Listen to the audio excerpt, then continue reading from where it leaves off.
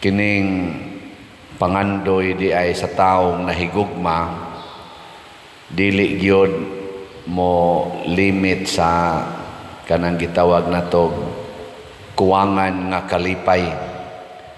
Gusto gidi ay ang nahigugma nga ang iyang gihigugma mubati og hingpit nga kalipay, kanang gitawag nato 100% nga kalipay. Lingi ako no imong tupad ing na nakasuway na ka og 100% nga kalipay. Ikaw no, ngutan ba? Hingpit ba? Hingpit nga kalipay. Wa no? Kay nga naman, wala pa man gud ta nagpractice sa tinuod gyud nga gugma. Kana bang gugma nga Dios nun. Muna nga si Jesus, iyag yung gi-instruct, pag higugma ay kamo, ingon nga ako na higugma kaninyo. Ang nagsunod sad ni Jesus sa mas mga apostoles, na manggid ng panaglalis, bisan og naghigugma ay nagsunod sa Ginoo na ginang panaglalis. Muna nga diri sa atong unang pagbasa, naglalis gid sila about aning Hudiyo ug mga dili Hudiyo nga mituos Ginoo, nisunod ni Kristo. Ipatuli ba o dili? Nana, lalis sila ana. Pero tanawa ra gud unsay ilang mga gipangpresentar nga argumento. Ang una niingon gyud si Simon Pedro or si San Pedro, mao man ni ang ilang murag unang leader. Niingon siya diri nga pag sugod niyang hisgot nga gisugo siya sa Ginoo pagwali ngadto sa mga dili Hudiyo. Niingon dayon siya diri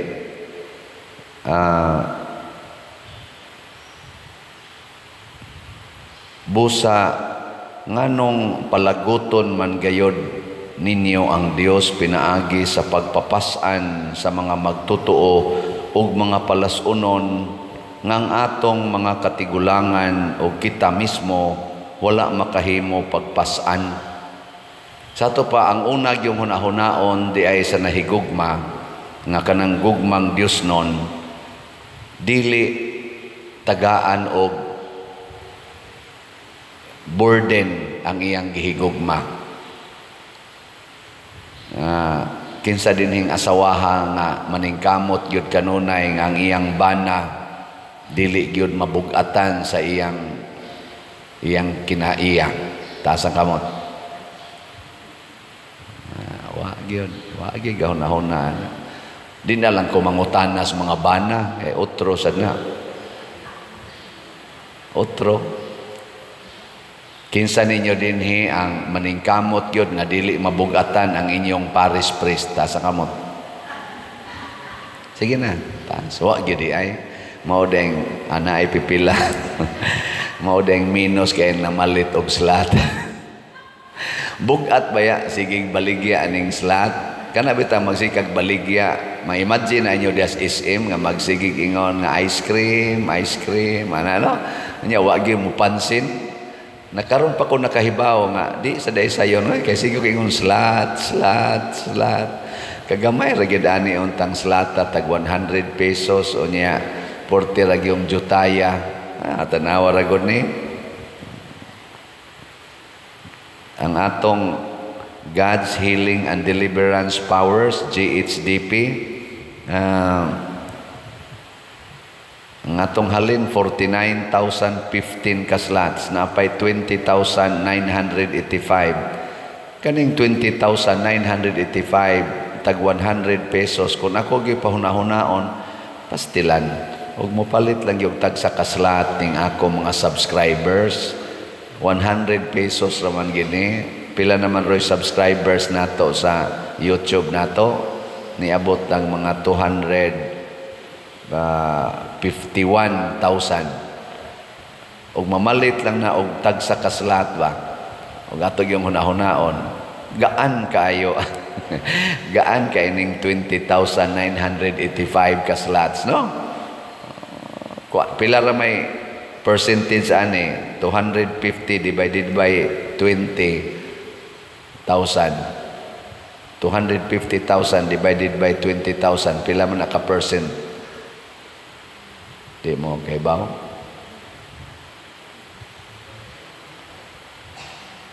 Adi di ay 20,000 divided by 250,000. Mo na ay pagkuha sa percentage. Paminaw na ko, murag naaragin ni sa mga pila man, mga 10 o 10%, o mga inana, mga 10% ra. Ninduta, untag mo palit. Pero kay, ang ato manggong gugma, kasagaran, human love. O unsa may human love, kinahanglan nga malipay ko. Ana gyud. Nya moingon ganita dili oy sagdilag magantos ka basta malipay imong bana, malipay imong asawa, malipay imong anak. Bahala nagmagantos ka sa ngiga gud kansin ako no. Kusog kay ta ana. Usa man ko diri. Naagusag ko'y kaugalingong pangandoy, naagusag ko'y katungod nga malipay. Kusog kay ta mo claim sa atong mga rights, kanang human rights, personal rights. To the point nga, di na ta usahay maghunahuna sa katungod sa uban nga malipay. Kitang tanan na atay katungod nga malipay. Hastang Ginoo na ay katungod nga malipay. Ang pangutana, kinsa may muhatag nato sa atong katungod nga malipay ta. Kinsa may muhatag na? Ha? Sige. Kung aritas pamaagis Ginoo, ang iyang gusto nga ihatag ang katungod sa imong isig katawo nga malipay siya, hatagi siya ng maong katungod, pasabot lipaya siya. Ikaw niya ang ako, Lord. Ingon din Ginoo, ako na'y mulipay nimo. So ayaw pangayog kalipay gikan anang tao o gikan anang imong isig katao. Hatagi lang siya iyang kalipay. Nya don't worry kay ang mulipay nato mauna ang Ginoo. Mauna nga sila si kanang San Pablo, Pedro, Santiago. Ing sa dili na nato sila lisod-lisoron. Ato na lang silang tagaan sa pinakagaan nga sugo kanang malipay gid sila. Nya sila dayon ang mga apostoles malipay. Mo nang ingon si Jesus diri sa atong ebanghelyo, kung tumano ninyo ang akong mga sugo, magpabilin kamo sa akong gugma, ingon nga ako nagtuman sa mga sugo sa akong amahan ug nagpabilin sa iyang gugma. Kana bitang nakasuway na mo nga kana bitang kanunay kang higugmaon, nakasuway na mo ana kanang gikan gid sa buntag hangtod sunod buntag feel gid nimo gihigugma ka, kasuway na mo ana. Uy tubagoy. Kasagaran nato nakasuway ana pero wala patay buot. Kana bitang bata 24/7 gid na nga higugmaon labi na ng bag-ong na tao. 24/7 gid na nga higugmaon sa ginikanan. Unsaon la paghigugma? Ala, kuguson, isayaw-sayaw, nya mo tig-ik lagamay. Ala, atimanno na sad. 24/7 bisag kaadlawon mo hilak og gamay tuan na sad giatiman mo bangon gyud ang inahan mo bangon ang amahan nga naghigugmas bata kay atimanon gyud kun mangihi ana unsa pa diha ala hugasan gidayon limpyuhan gidayon kabantay mo ana uy nya ganahan mo mahimong gamayng bata ganahan mo lingay mong tupad ing na gusto pa ka nga kugos-kugoson ing na kano ing na ba ing na gusto ka nga kugos-kugoson nindot kay na kanang na mo hapuhap nimo nya maghilak ka naadayon mo am-am nimo kanindota paminawon Pero inighilak-hilak nimo kay nakasakab ingnon ka mirisi munay dapat nimong buanga ka matinumanon kay kas gusto ana na may kayong ihikog mo to na naghikog na sa diha batanon na nasay naghikog in taon din sa atong parokya nganuman kanang maghikog wala na siya ni feel wala na siya ni bati nga siya gihigugma gibiyaan na siya tanan. Unya, nganong niabot mo sad siya anang desisyon nga maghikog tungod kay wa sad na siya nagtuman sa sugo sa Ginoo nga panghatag og gugma. Daw sad na siya sa paghigugma. Gasigi na siya paningkamot nga higugmaon siya. Unya kay na-feel naman niya nga wa na nahigugma niya may pagmaghikog. Pero nalimot siya kanang tao nga magdepresyon, kanang tao nga mabugatan, nalimot siya nga ang teknik di ay para mawa ang imong mga burdens in life, lighten the burdens of others. Kanabang sa atong pagpanghatag, matod pa ni Jesus, mubalik na nimo gatusan kapilo. Di ba niingon siya na? Kung unsay imong gihatag sa imong isig katawo nga wa ka mangayog bayad, mubalik na nimo gatusan kapilo. Kung manghatag kaniyag kwarta sa way pagpangayog bayad, ang atong amahan nga nahigugma nato ihatag sad niya nganha nimo ang gatusan kapilo nga kwarta.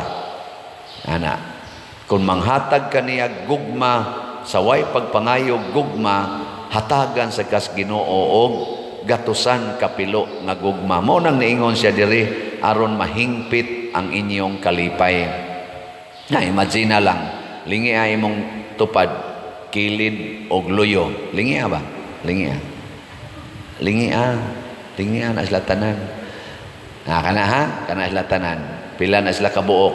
Labing minos kaning ni aron dinhi na sa mga 30 kabuok. Ana or abot batag 50 among inana unya higugmaan na tanan kana tanan higugmaa gyud pila man ka gugma ang mobalik sa nimo kay kana mobaos man gina mga 90% ana kun imong higugmaon mobaos mo sa naghigugma nimo so inig-ingon nimong I love you anang tanan inigbaos anag I love you nimo wala ka nang hahanapin pa lingi karon ang imong silingan dito sa inyo. Pila ka buok silingan nimo dito sa inyong balay. Higugmaan na sila tanan. Kada adlaw higugmaa imong silhigan ilang tugkaran. Imong atimanon ang ilang mga tanom, di nimo dagmalan, dili nimo parkingan ilang tugkaran, nya isog ikagnaw mo parking dito. Inigbaos ana sila mga 5 baro na kabuok, 6 baro na kabuok imong silingan, inigbaos ang naghigugma kanang 1 man limpyo po na sa imong tugkaran. Lipay kay kana. Parehagos mga politicians. Nangita magina sila number kay kaning election number game man na siya. Ug magsigi kag inisog sa mga tao, imo silang kasab-an, imo silang insultuhon, nya nidagan kag usa ka posisyon. Nagtuo day kag butaran ka na nila. Dili oy, masyakog ka, nagilubong ka. Masyak ka oy. Nga naman, imo man sa silang gitagaan og inisog, imo man silang gitagaag insulto, di balikan sa kanila. Pero magpaubos ka, magsigi kag ingon na kon inyo kong mapilian, salamat kaayo, ayaw taon kog kalimti. Kay kining ubos ninyong alagad, ang inana ka ba? Nakita na nila nga samtang wala pa'y eleksyon, mapaubsanon gyud ka, nag-alagad gyud ka, wa gyud kay mga insulto, bisag insultuhan ka, paubos ra gyud ka, na mubaw sad na sila nimo, tagaan sa kanila sa ilang pabor. Naraman na, mo bitaw ako magpaubos ra gyud ko, kun maluoy mo, palitiin tawag slat, gusto mong malangit, paliti og slat. Di ko mag-inisog ko di mong palit, impirno ko, baligya ko, bantay lang gibon ako. Di ko anak, suko man mo hinoon. So, igo ra jud kung moingon nga, kung gusto mong malangit, basig na amo dihay 100 pesos, unya inyo nang ipalit og slot, imbis unta nga, doon na tingali di malas nga moabot ninyo karong adlaw, basig sa inyong pagpalit og slot, wa lang madayon, ana. Pero di nyo ipalit, basig tingalig madayon, mga inana ba? Basig madayon ba? Tagaan ta mog sample lang. Katong akong na dunggan nga Boy Scout nga katong nalunod bitaw nga Princess of the Star. Ana. Nihilak og maayo kuno ang usa ka Boy Scout leader kay dunay jamboree dinhi sa Cebu. Ikan siya dito sa Manila, na jamboree sa Cebu. Muapil gid siya. Na timingan magyong wa gyud kwarta ang iyang ginikanan. Wa gyud siya kakuyog sa iyang mga Boy Scout leaders. Sa ilang eskwelahan, siya maoy wa gikuyog, purti ginyang hilak. Ni aksyon pag isag pangluod, di na siya mo gawas kwarto mantinga ito, di na kay mo tagad siyang ginikanan. Kay nganog yung di siya pakuyogon. Yawa mangi kwarta ang iyang ginikanan. Ana, di, wag siya kakuyog. Pagkaingon ugma, na balita mang nalunod, hurot magyug kamising ang iyang mga classmates. Hurot yung kamising, gidaga niya ang iyang ginikanan o gigakos niya maayo pa masalamat in taon nga wa gyud mo'y kwarta kay doon na pa mo'y kwarta na apil na takos na missing karon, di ba? Nasuway ninyo iparit og hulot og slot inyong kwarta nawa, di ba makaingon jud ka salamat in taon wa ko'y kwarta, labi na jud bana ka nya na karoy kwarta nga mga 20,000 imong ipalit og slot ana. Unya paghuman nimo palit wa na kay kwarta, igo-igo na lang pamliti. Nya niabot dayon ang kadtong imong crush nga babay ni text nimo, pwede ta magkita. Ay salamat wa koy kwarta. Wa adi sa karon kay wa koy kwarta. Oh, di ba? Kay naa pa kay kwarta, o sure. Sure dayon, di makasa na ka. Masakpan din kasi imong asawa, perting gubutas kinabuhin ka may pagipalito na kong slot na nabayad man nun ako nos hotel hinoon at perti hinoong di malasa. O, di ba? Ana, wala. Murag wa man gid mo makumbinser. Mao na sa atong salmo niingon diri, isangyaw ang iyang katingalahang mga buhat ngadto sa tanang mga nasod. Ang katingalahang buhat sa Ginoo mao kini mga igsoon. The more nga atong lipayon ang atong isig katawo, labi na gyud ang simbahan. The more sad nga dunatay moabot nga mga kalipay. The more nga magdinaw ta kay lipayon gid nato atong kaugalingon, mag-anam Ginoo kawagtang ang atong kalipay. Ingon ana kakatingalahan, kamisteryos ang pamaagis Ginoo. Make others happy in the name of the Lord, and the Lord will make you perfectly happy.